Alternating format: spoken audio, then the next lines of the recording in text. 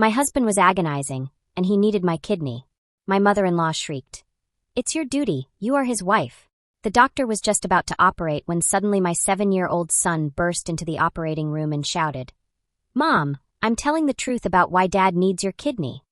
Minutes later, the medical team was frozen when they discovered that before we begin, tell me in the comments from which city you are listening to me. I'd love to know how far my story has traveled. Now get ready. What you are about to hear is not just a story. It's a truth that we often prefer to keep silent. She never thought she would sign a document to save the life of a man who had silently ended hers long before. Elizabeth Miller was 34 years old. Her tired face she usually hid with soft makeup, not out of vanity, but because she believed that people who wore makeup could put a pause on the pain. She was a mother of a 7-year-old boy and a wife for almost a decade. She lived in a cramped 2-bedroom apartment where the warmth of the home often got confused with the weight of the unspoken. She worked a half shift at a local pharmacy, and the rest of the day she hurried between chores, cooking, school duties, and silences that echoed louder than any shout. Julian Miller, her husband, had been feeling unwell for months but refused to see a doctor. He complained of exhaustion, constant aches, a burning sensation upon waking, and even got dizzy when he stood up too fast. He always blamed it on work, stress, the weather. Anything but what it really was. Elizabeth insisted, but he hated hospitals. It's nothing, he would say, locking himself in the bathroom more often than usual. When he finally agreed to have tests done, it was too late, much too late. Your kidneys are failing, the doctor said, reviewing the results in silence, frowning. Elizabeth squeezed Julian's hand. He let go without a word. The diagnosis was clear. It was urgent. He needed a transplant, or his body wouldn't last much longer. The next 48 hours were a whirlwind. Compatibility tests, waiting lists, desperate calls to relatives. Nothing, no one. Elizabeth was the only match, the only one capable of saving him, or so they made her believe. The news spread through the family like a storm.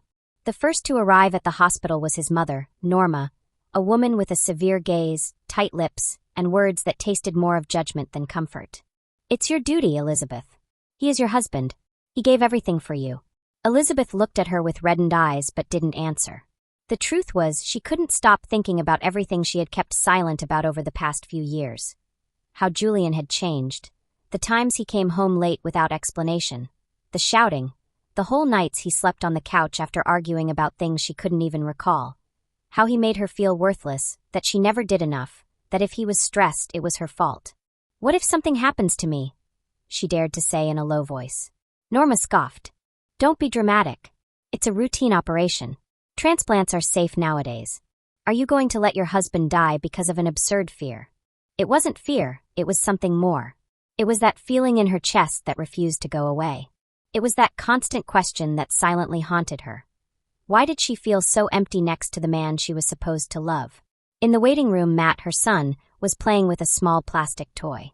His gaze was serious, as if he understood more than he said. When Elizabeth crouched down in front of him, she caressed his hair tenderly. Are you okay, sweetie? The boy nodded but then whispered, Dad said if I talked you would get sad. Elizabeth stared at him. She was about to ask what he meant by that, but then they called over the loudspeaker. It was time. They had confirmed she was compatible. They had prepared the operating room. The doctor was waiting for her signature, and time was running out. Sitting in front of the document, she felt her soul slipping through her fingers. The nurse handed her a pen. Everyone was looking at her. Julian's mother with a tense face, her sister-in-law in a corner with her arms crossed. Julian, propped up on the gurney, could barely speak. The silence grew denser. I need to think, Elizabeth said, her voice cracking. Norma jumped up. Think? Are you saying you're going to let my son die after everything he gave you? After raising your son while you worked at that lousy pharmacy? Elizabeth closed her eyes. It was such a familiar scene. They always ended up throwing her supposed worthlessness in her face, always making her feel guilty for breathing. The tension mounted. A nurse interrupted to remind them that the operating room was ready. The surgical team was waiting. I can't, Elizabeth said, though no one heard her. Or perhaps they didn't want to. Norma approached her, took her face in her hands, and spoke with a mixture of fury and feigned compassion. Don't be a coward, Elizabeth. This isn't about you. It's about Julian, about Matt. Do you want your son to grow up without a father? And then, as if those words had summoned his presence, Matt appeared in the hallway, his eyes wide, his face bathed in tears. Mom, I have to tell you something. He ran toward her, dodging doctors, pushing away the people who tried to stop him with his small hands. The boy's voice bounced throughout the hospital.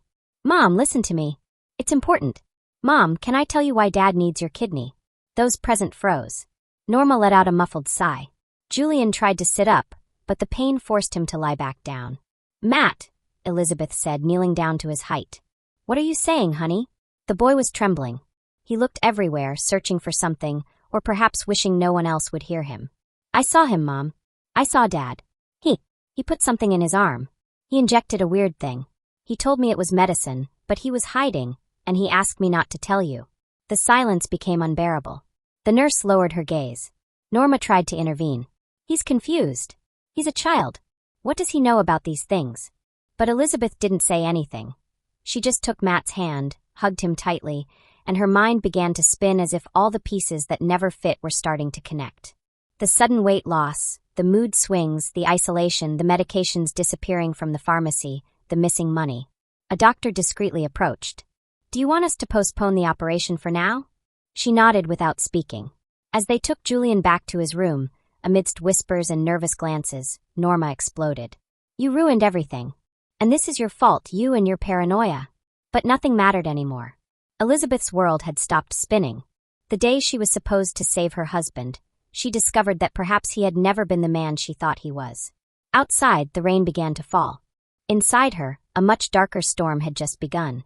Elizabeth felt that the ground wasn't firm. Everything was trembling. Not the hospital, not the corridors, nor the sterile walls. What was collapsing was something deeper. The idea of her family, the truth she thought she knew, the trust she had held for years with fragile, invisible threads. As Matt rested on her lap, his head pressed against her chest, the echo of his words resonated incessantly in her mind. Dad put medicine in his arm, hidden. The confession, so innocent and brutal, had not only stopped the surgery, it had paused her entire world. The waiting room remained silent. No one knew what to say. Norma had retreated to make a low-voiced call. Elizabeth only heard fragments.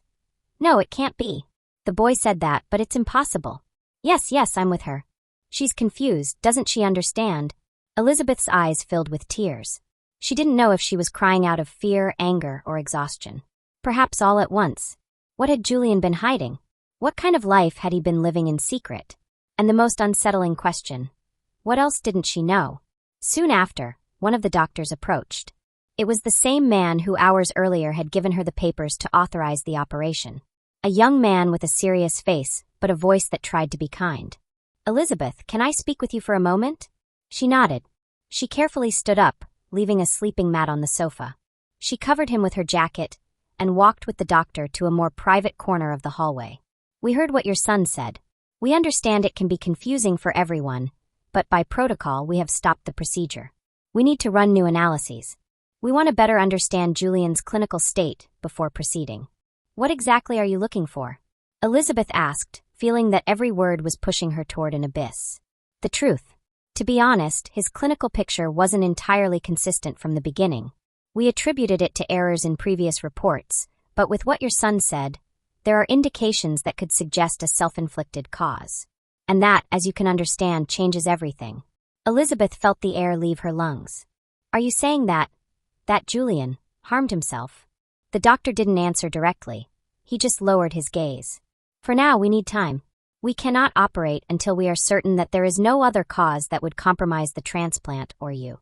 Elizabeth thanked him with a gesture and returned to the room. Matt was still asleep. She sat beside him, but her thoughts wouldn't let her rest. She closed her eyes and, for the first time in a long time, allowed herself to listen to her intuition. The memories rushed back violently. The time she found a small, unlabeled vial in the bathroom drawer, when Julian locked himself in the room for almost an hour saying he had a stomachache, the deep dark circles, the dilated pupils, the evasive answers, the calls he hung up when she entered the room, and the most recent. The exact moment he knew she was compatible. There was no gratitude in his eyes. There was something else, something akin to relief, but not like that of someone who is saved, but of someone who gets away with it. She looked back at Matt. He slept peacefully, as if his little soul knew he had done the right thing. His voice still echoed in Elizabeth's head. Mom, can I tell you why Dad needs your kidney? The door opened abruptly. Norma entered with a firm stride and eyes full of reproach. I can't believe what you are doing. You just put my son's life on hold over a child's whim. Elizabeth didn't get up. She didn't answer right away. She merely stroked Matt's hair and spoke in a voice just loud enough not to wake the little one. He didn't lie. Norma laughed with contempt. Please, he's 7 years old. What could he know?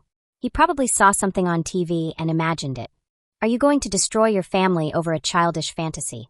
Elizabeth stood up. Now, the look she gave her mother-in-law was different. It wasn't defiant or aggressive. It was cold, distant, as if she had just understood something she hadn't wanted to see. Did you know what Julian was doing? Norma looked offended, as if she had been spit in the face. Don't talk nonsense. You're making things up. My son is sick, and you are letting him die. I'm not letting him die, Elizabeth countered firmly. I'm trying to understand if he really wants to live. Silence settled between the two.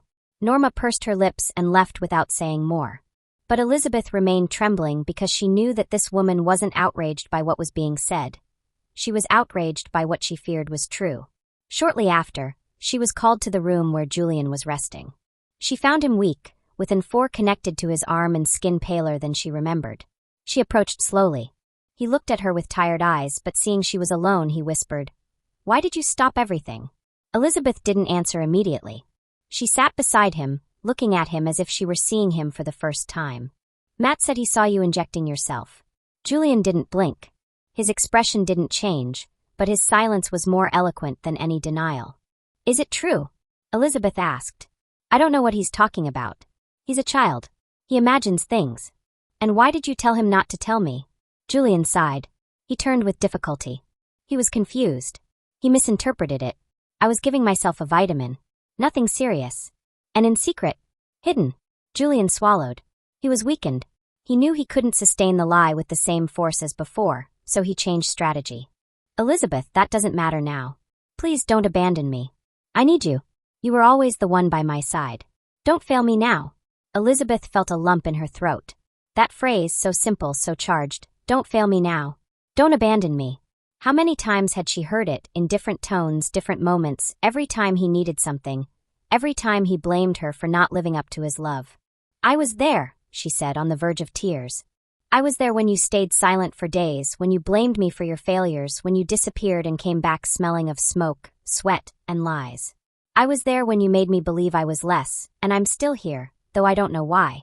Julian reached out his hand to take hers, but she pulled away. Is there anything you haven't told me? Something I should know before deciding whether to give a part of my body for you. He looked down and didn't answer. Elizabeth stood up. The crying was scratching at her throat, but she wouldn't let it out. She left the room. She returned to where Matt was, still asleep, his small body in the fetal position. She sat beside him, hugging him without waking him. Outside, night was falling over the hospital, and inside her, what was once a storm was now a dark, immense, deep ocean from which she didn't know if she could swim out. That day, there were no more words, only thoughts that struck like invisible fists. Unanswered questions. Suspicions that embraced her with the force of a truth she still didn't want to accept. Elizabeth closed her eyes and for the first time, understood that her life was made of pieces that had never quite fit, and Matt, her little son, had been the only one brave enough to say it out loud. That night, Elizabeth didn't sleep. The hospital continued its cold routine, its smell of disinfectant, and its artificial calm, but inside her, something had begun to break, not with violence, not with scandals. It was breaking in silence, as things that have been fractured for a long time do. Matt was sleeping and she watched him. She wondered how many times he had seen, heard, or understood more than he let on, how much he had noticed, how much he had kept, believing that silence was protection. Outside, the nurse's steps came and went. Occasionally, a machine beeped in a nearby room, but for Elizabeth, time seemed suspended. Everything she held inside began to rise like a thick vapor that she didn't know how to contain. She remembered the first time Julian yelled at her. It was over a trifle, something absurd, lost keys if she remembered correctly. They had been married for only 6 months. He arrived home agitated from work, said he was tired, and in the midst of his rage, raised his voice with a force that made her tremble. It wasn't just the tone, it was the look. That way of seeing her as if she were a nuisance, as if she were in the way. She apologized. Yes, she was the one who apologized. She felt guilty for not having foreseen that he needed the keys. From then on, she began to apologize for everything. Then came the disappearances, last-minute calls, meetings that didn't end, changes of clothes without explanation. "I'm working. It's an important project," he would say. Sometimes he came back with glassy eyes and a tense body, as if he had run a marathon. He said he was exhausted, that he didn't feel like talking.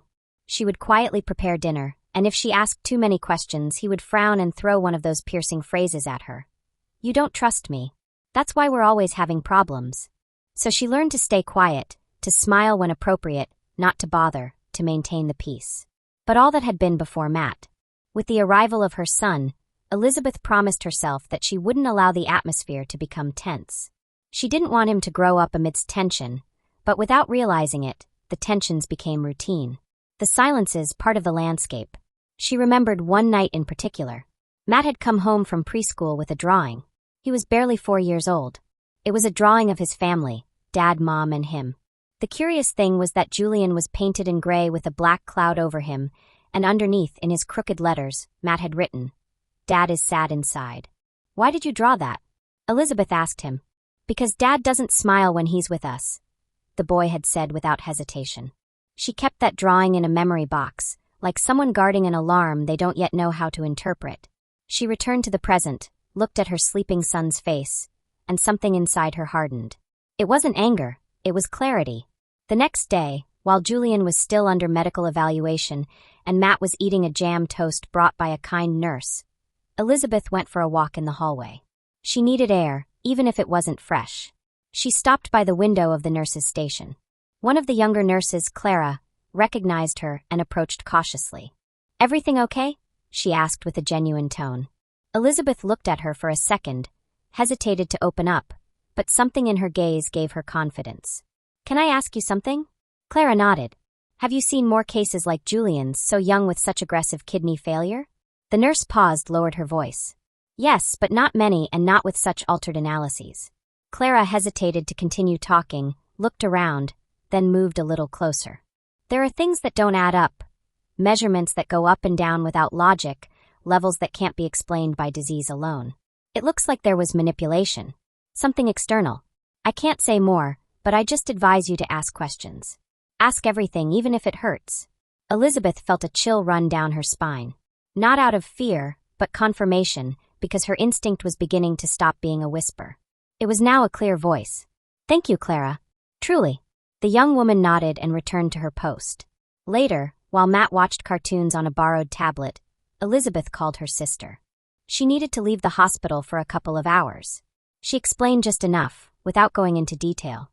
Her sister arrived, stayed with the boy, and Elizabeth took a cab home. She had a clear objective, to find answers. She entered her home and felt it colder than ever. The place that was once a refuge now seemed like an empty stage. She went up to the study, that small room Julian used for work. Everything was in order, too tidy. The books aligned, the desk impeccable. She opened the drawers. Nothing strange, until she reached the last one. At the very back, covered by a pile of useless papers, she found Julian's old laptop. He had used it for years until he replaced it with a new one. Elizabeth took it, turned it on. It took a while to load.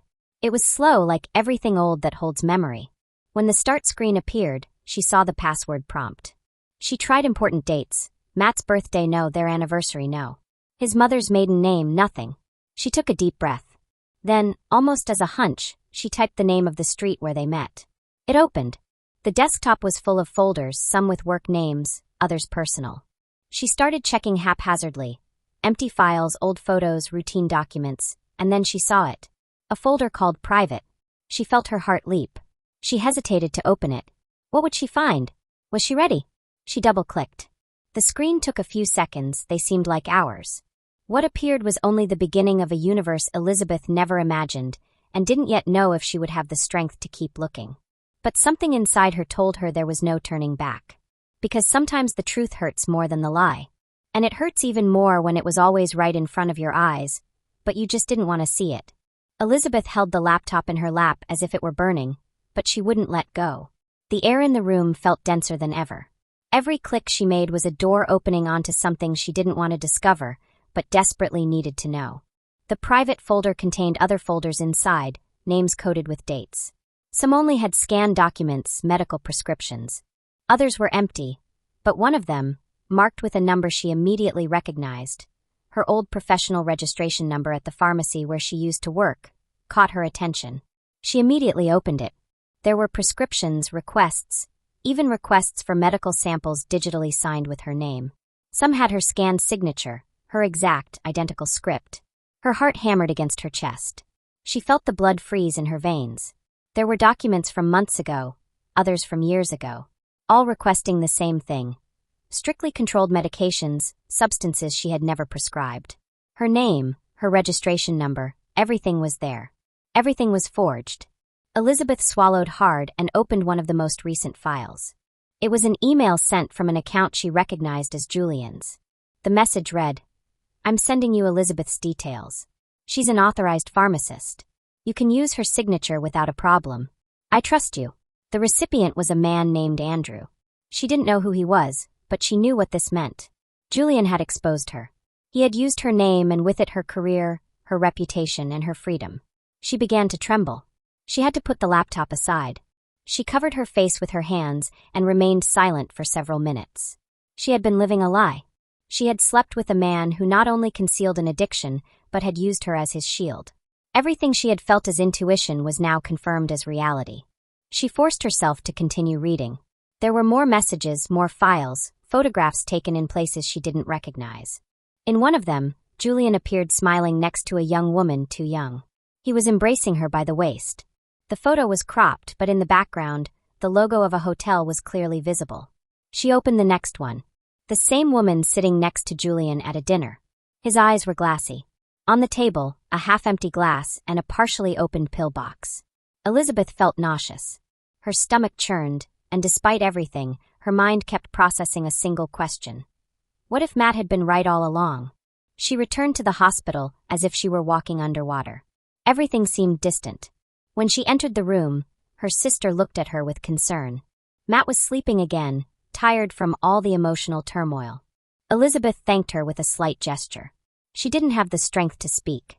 That night, she didn't talk to anyone. She couldn't. She didn't want Matt to see her crying. She didn't want him to feel like he had done something wrong, because he hadn't. He had told the truth, and telling the truth should never hurt a child. The next morning, while Matt was having breakfast, Elizabeth approached the doctor who had been handling Julian's case. "Do you have a moment?" she asked in a dry voice. "Of course. Is something wrong? I need to know the truth. I was told Julian's analyses showed inconsistencies, that there were altered values. You said you wanted to investigate further before operating. What did you find?" The doctor hesitated, looked around, and then invited her into a more private room. He closed the door. "We don't usually share this type of information without the patient's consent, but I understand you are his direct contact, and given the circumstances." Elizabeth said nothing, just looked at him, waiting. "We found unusual levels of toxicity in his system, markers that don't appear in typical kidney failure patients. There are traces of substances that shouldn't be there. Some indicate prolonged use." "Self-administered?" she asked without trembling. "Yes. We don't have exact proof of the origin, but this is not accidental. This was self-inflicted." The words lodged in her like needles. He had done it himself. Julian had sickened his body with his own hands, and he had demanded that she sacrifice herself to save him. She thanked the doctor, left the room, and walked straight to the waiting area. She sat down. She couldn't breathe well. She knew she had to face him, but before that, she wanted to try something else. Perhaps out of necessity, perhaps to confirm something that still didn't quite add up. She sought out Norma. She found her talking to a nurse in one of the hallways. "Can we talk?" "Alone," Elizabeth said. Norma followed her, annoyed, with her arms crossed. "What do you want now?" Elizabeth took a deep breath. "You knew what Julian was doing, didn't you?" Her mother-in-law looked at her as if the question offended her. "Don't talk nonsense. I told you no. Don't tell me you didn't know. Because it's impossible. You lived with us before, and now you visit every week. You know him better than anyone. You saw him change, you saw him get sick, you saw him hide things. Or are you going to tell me you never found anything strange?" Norma pursed her lips. "You have no proof. I have enough. You also knew he was using my name to get medicines." Norma remained silent. That was all Elizabeth needed. "And Matt, what were you planning to do with him? Let him grow up believing his father was a hero?" You taught him to be silent. Norma took a step toward her. Listen to me closely. All I'm trying to do is save my son. What he did doesn't change that he's dying. And if you're not going to do anything, at least have the decency not to drag him down. Elizabeth took a step back. You used him too. You used your grandson. You manipulated everyone. And what are you? A saint? Always playing the victim. No one forced you to stay. I was afraid and you knew it. Norma said nothing more. She left. Elizabeth stood still. She didn't need any more explanations. She had confirmed everything. That night, when Matt fell asleep, Elizabeth went to Julian's room. He was awake, looking out the window. The sound of the door opening made him turn. I thought you weren't coming, he said hoarsely. Elizabeth closed the door. She walked slowly to the bed. She didn't sit down. I want answers. Julian looked at her without speaking. Why did you lie to me? Don't say my name as if that's enough. Don't ask for my understanding when you never gave me yours. Why did you use me? Why did you use our son to silence me? Julian lowered his gaze. I don't know. I didn't want to lose you. So you preferred to manipulate me? Make me believe that if I didn't donate my kidney, I was a bad wife? Put our son between you and me as if he were a barrier. He didn't answer. What kind of person does that? Elizabeth asked, fighting back tears. One who is broken, Julian whispered. Elizabeth took a deep breath. For the first time, she saw him as he was. Not as the man she married, not as the father of her son. She saw him as someone who had crossed too many lines and could no longer return. Well, start repairing yourself, she said. Because I don't intend to do it for you. She turned and left. She closed the door behind her. She didn't cry. Not at that moment. The tears came later. When she returned to the waiting room and saw Matt sleeping with his innocent face and calm breathing. She sat next to him, hugged him without waking him, and silently promised herself that she would never again allow anyone to sicken her with lies, because the wounds that don't bleed also kill. The next morning dawned with a thicker gray than usual. The sky seemed to press down on the city with a weight that even the sun didn't dare to break through. Elizabeth had been awake for hours, sitting in one of those uncomfortable hallway chairs with Matt curled up in her lap. She didn't need coffee or an alarm clock. The truth she had discovered had completely stolen her sleep. She stared fixedly at the closed door of Julian's room. She knew she had to go back in. She knew what was coming wouldn't be easy, but she was no longer the same. Something in her had been broken forever, but in that rupture something new had also formed: bravery, dignity, awareness. Matt stirred in his sleep. Elizabeth covered him with her coat, kissed him gently on the forehead, and walked toward the room. She opened the door quietly. Julian was awake, although his weak body kept him still. Seeing her, his eyes tried to soften as if there were still some version of the man who once pretended to be left in him. Elizabeth closed the door behind her, not speaking immediately. She approached slowly, not with affection, but with caution, as one approaches a wound that is still bleeding. I need you to tell me the truth, she said in a low but firm voice. Julian didn't answer. His silence was not one of repentance. It was that of someone who has run out of excuses. I already know what you did, she continued. I saw everything. The prescriptions, the emails, the signatures, the lies. How long did you plan to keep going? Julian looked away. His breathing was slow, heavy. I knew it was wrong, but I couldn't stop. And I didn't want to lose you. Elizabeth felt those words bring a chill to her chest, not because they were new, but because they sounded recycled, as if she had heard them so many times in other tones with other excuses. So, you were going to lie to me until I died for you? I wanted to change. I just needed time and a new kidney too, she asked harshly. Was that part of the plan? To keep living at my expense? Julian didn't answer. The silence that followed was more heartbreaking than any scream. Elizabeth took a step back. She looked at him with a mixture of pity and fury. There wasn't a single drop of love in her eyes, only disappointment. Pure, raw, irreversible. When she left the room, Norma was waiting for her, standing with her arms crossed, like a soulless sentinel. What did you say to him? She asked suspiciously. Elizabeth looked at her without fear. What he needed to hear. And now I'm coming for you. Norma raised her chin, as she always did when she felt exposed, but she didn't intend to back down. I have nothing to do with this. Of course you do, Elizabeth replied, taking a step closer. You knew everything. You knew for years, since before Matt was born. You were always an accomplice. You just wanted to maintain the facade of the perfect family. Do you know what the worst part is? That your need to pretend is worth more than your son's health, than mine, than your grandson's. Norma shook her head, tense. I was just trying to protect him. Protect him by using a child to manipulate me? Convincing me that if I didn't donate my kidney, I was a bad woman? He was sick, Elizabeth, don't you understand? When you love, you do anything. That's not love, Elizabeth interrupted angrily. It's abuse. It's lies. And you helped build it. Norma was speechless. For the first time, she had no answer because all the excuses in the world were no longer enough to cover the obvious. Elizabeth returned to the waiting room, breathing deeply. She picked up her phone. She had ignored it for days. Dozens of unread messages, and among them, one stood out from an unknown number. Hello, my name is Claire. I need to talk to you. It's about Julian. A shiver ran through her. Who is she? She opened the message. There was another one below. I'm sorry.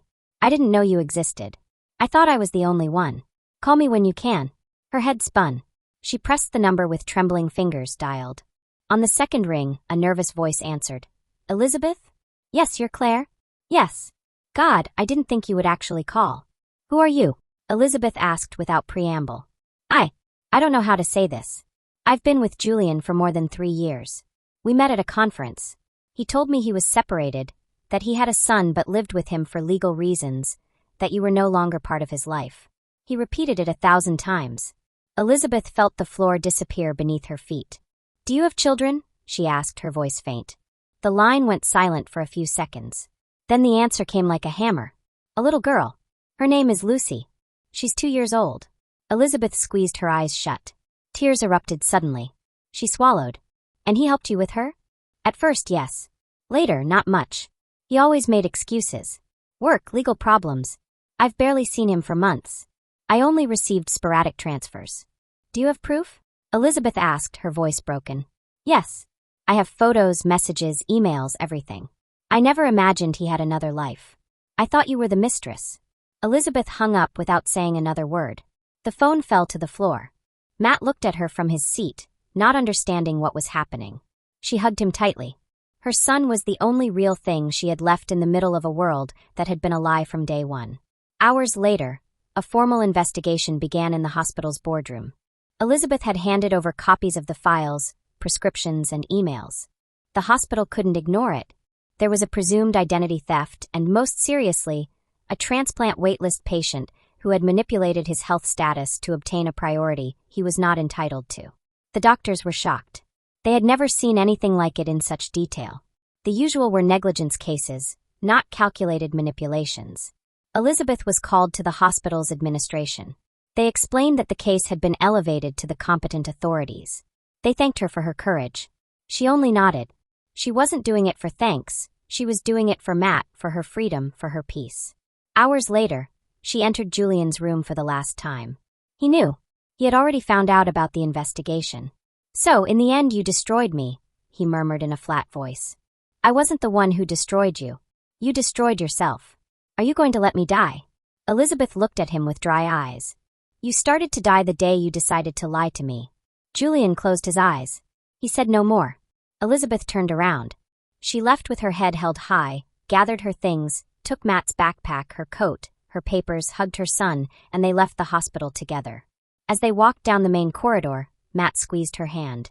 Are we going home now? No, we're going to start a new one, she said. And crossing the hospital door, the air tasted different, lighter, as if she had finally left a windowless room. Because there are lies that sicken, but there are also truths that heal. And Elizabeth had just chosen hers. The day Elizabeth walked out of the hospital with Matt by the hand, she didn't feel victorious. She felt freedom, but not the kind of freedom celebrated with fireworks. It was a heavy, silent freedom, like the one that comes after escaping an invisible cage. She walked with slow steps, as if the ground still wasn't completely firm beneath her feet. Matt, for his part, seemed calm. He didn't ask much, he didn't complain. It was as if, in a way that only children understand, he knew his mother had just done something enormous, something he didn't yet grasp but that would benefit him for life. The following days were a whirlwind of movements, decisions, scrutinizing glances, and awkward silences. The news that Elizabeth had decided not to donate her kidney spread quickly among Julian's family, acquaintances, and even former friends. Social judgment arrived without warning. Messages she didn't answer, calls she let ring, indirect posts on her sister-in-law's social media, accusing her of letting a good man die.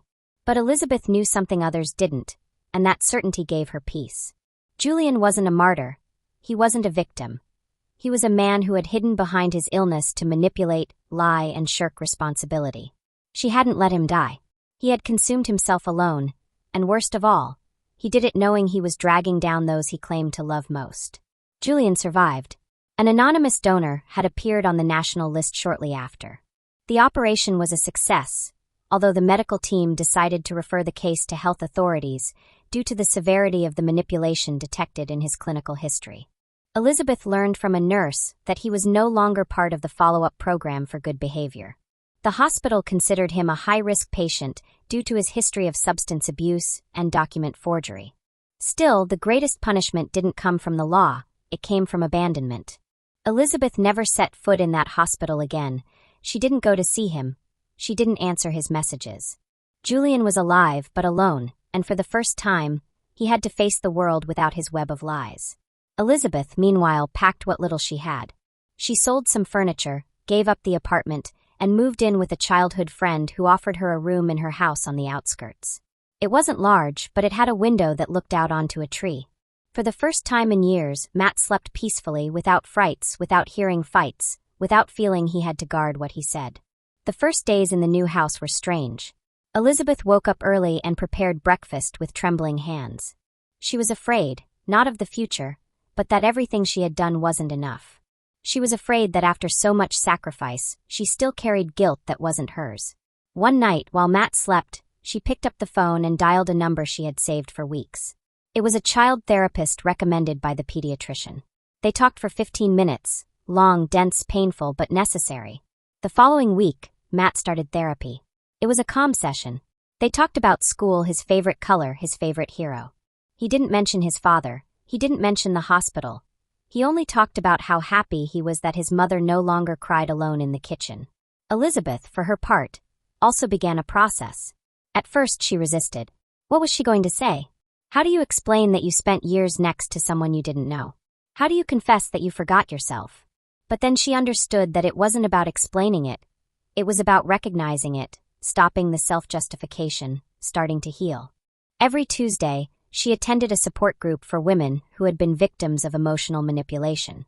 Women who had no visible marks on their bodies, but who spoke with a sadness that was immediately recognizable. Some cried, others just listened, but they all shared something in common. They had believed that loving was the same as enduring. Elizabeth didn't speak during the first 2 sessions. She listened, took mental notes, recognized herself in the stories of the others. One night, after hearing a woman recount how her partner told her she was worthless without him, Elizabeth's voice rose for the first time. I stayed because I believed that if I left, I would be the one breaking the family. Not him. The silence that followed was soft, respectful, as if every woman in that room knew exactly what that meant. It was raining outside. It wasn't a storm, it was a serene but constant rain. Elizabeth left the center walking. She didn't call a cab. She didn't cover herself with an umbrella. She walked in the rain with a firm stride. Every drop that fell on her skin reminded her that she was alive, that she had crossed a real storm, and that now she finally walked without fear. Upon returning home, she found a letter. It was on the table, unfolded, without an envelope. Her friend told her a nurse from the hospital had brought it. Elizabeth took it. She recognized Julian's handwriting. She knew it wasn't an apology. She knew it wasn't love. It was another play, another attempt to enter her mind. She held it for a few seconds, then, without opening it, she tore it in half and threw it in the trash can. She didn't need to know what it said. She didn't need words that couldn't erase years of control, manipulation, and deceit. The next morning, Matt woke up early. He wanted to go for a walk. He wore his rain boots and a small blue jacket. Elizabeth accompanied him. They walked in silence, stepping in puddles, watching the drops continue to fall without haste. Matt took her hand. "Mom, everything is going to be fine." Elizabeth crouched down in front of him, wiped a drop of water from his cheek. "Yes, son. It's going to be fine, because now we don't have to keep silent anymore." And together, mother and son, they kept walking in the rain. They didn't run, they didn't cover themselves, they just walked. And every step they took was a step further from pain, and a step closer to peace. The rain had stopped, but the streets were still wet, reflecting a clear and silent sky. Elizabeth walked next to Matt without hurrying. She had learned not to rush. Time was no longer her enemy, and calm, which once seemed like a luxury, now felt like a choice. In the reflection of a puddle, she saw her steps moving alongside her son's, as if the ground confirmed they were exactly where they were supposed to be. Upon returning home, Matt stopped at the entrance. He stood still, as if a doubt had been holding him back for a while. Elizabeth noticed his expression. She crouched down in front of him, as she always did when she wanted him to feel heard. "What's wrong, sweetie?" The boy took a while to speak. He looked down as if it was hard to say what he was thinking. "Mom, do you think I did wrong by telling the truth?" Elizabeth felt her heart clench. That question, so small and so profound, contained the weight of everything they had lived through. She looked at him tenderly, took his face in her hands, and spoke with the serene voice that is only achieved when one has hit rock bottom and walked out of it. "No, son. You did what many adults don't dare to. You told the truth, and with that you saved my life." Matt hugged her tightly without words. And Elizabeth knew that this hug wasn't just about love, it was about relief. The relief of knowing that what he had done, though complicated, had been the right thing. The days that followed were full of small beginnings. Elizabeth got a job at a neighborhood bookstore. It wasn't what she had dreamed of when she was studying, but the smell of new paper and the silence of the pages brought back the peace she had missed so much. She liked to watch people come in looking for stories while she organized shelves with clean hands, far from forged prescriptions, far from lies. Matt was enrolled in a new school. It was smaller, more modest, but also warmer. He cried a little on the first day, like all children, but by the end of the week, he already had a new friend and came home telling stories of adventures and fearless games, without forced silences. In the evenings, Elizabeth wrote. At first, she did it on scraps of paper, on the back of receipts, on kitchen napkins. Then, when she felt stronger, she started filling a notebook. She wasn't writing to publish anything. She was writing not to forget, to record that her story mattered, even if it didn't appear in the newspapers or get shared on social media. She wrote because she had learned that many women lived similar stories, not all with the same ending. Some were still trapped, others had escaped but were still carrying guilt, and others had simply given up. One afternoon, while Matt was doing his homework at the table, she sat by the window with the notebook open. The light entered warmly, gently touching the pages. She took the pen, breathed deeply, and began to write a letter. Not for someone else, but for herself. Dear Elizabeth, you survived. The world may not celebrate it, but you know it. You are not a hero. You didn't save the world, but you saved yourself. And that also deserves to be told. For years, you confused love with sacrifice. They told you that being strong meant enduring, that a good wife forgives everything, that a good mother must remain silent for the sake of her child. But you learned that silence doesn't protect. It only postpones the inevitable. You blamed yourself for not seeing the signs, for trusting, but now you know that seeing them wasn't easy when you were surrounded by excuses, promises, and manipulation disguised as love. Today, you no longer live in fear. Today, you decide. And although there are still days when you doubt, when the past knocks on the door, there are also days when you recognize yourself in the mirror. And on those days, you smile. You weren't lost. You just stepped away from yourself for a while. Welcome back. With love, you. She closed the notebook and placed it next to the lamp. Matt looked at her from the table and smiled without knowing why. She returned the smile, one that no longer hid fatigue but truth. When night fell, she tucked him into bed carefully. He turned, hugged her around the neck, and whispered, "I like our new house." "Me too," she replied, kissing his forehead. She turned off the light and sat in the living room for a moment more. Silence no longer scared her. It was no longer a sign of something hidden. It was space, it was rest. On TV, a documentary about women who had left abusive relationships was playing. Elizabeth left it in the background, without watching. She no longer needed to see other stories to understand hers. She no longer sought justifications.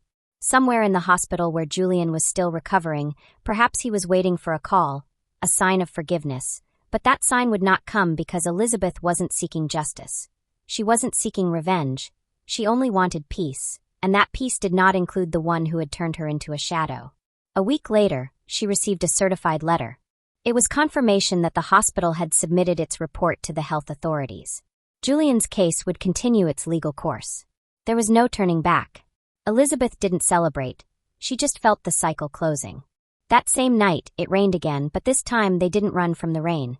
They went out without umbrellas, with their boots on, and walked through the neighborhood park. Matt ran through the puddles, laughing. She watched him, and something she had forgotten was drawn on her face. Hope. She didn't need promises, she didn't need certainties. It was enough to know that everything could start over. As Matt picked up a shiny stone from the ground, the voice of an invisible narrator seemed to emerge from the wet trees and the soft steps on the earth. Sometimes the deepest wound is not of the body, but of a soul that has been silent for too long. But when the silence shouts, everything can change. And in the echo of that freedom, Elizabeth finally breathed again. What did you think of this story? There are many people who, like Elizabeth, are fighting silent battles every day. Our hope is that her voice has also resonated within you. If this story touched your heart, share it. Make more people feel accompanied. Be part of the change. Tell us in the comments what you would have done in her place, and from which city you are watching us. Reading you makes us feel closer to you. And if you haven't already, like, subscribe, and hit the notification bell. Every gesture from you is a sign that these stories must keep being told. Don't go yet. Our next moving story is already appearing on your screen. Click on any of them and continue exploring this universe of real, moving, and necessary tales. Thank you for being here. Thank you for feeling with us. We send you a huge hug wherever you are. We'll see you in the next one.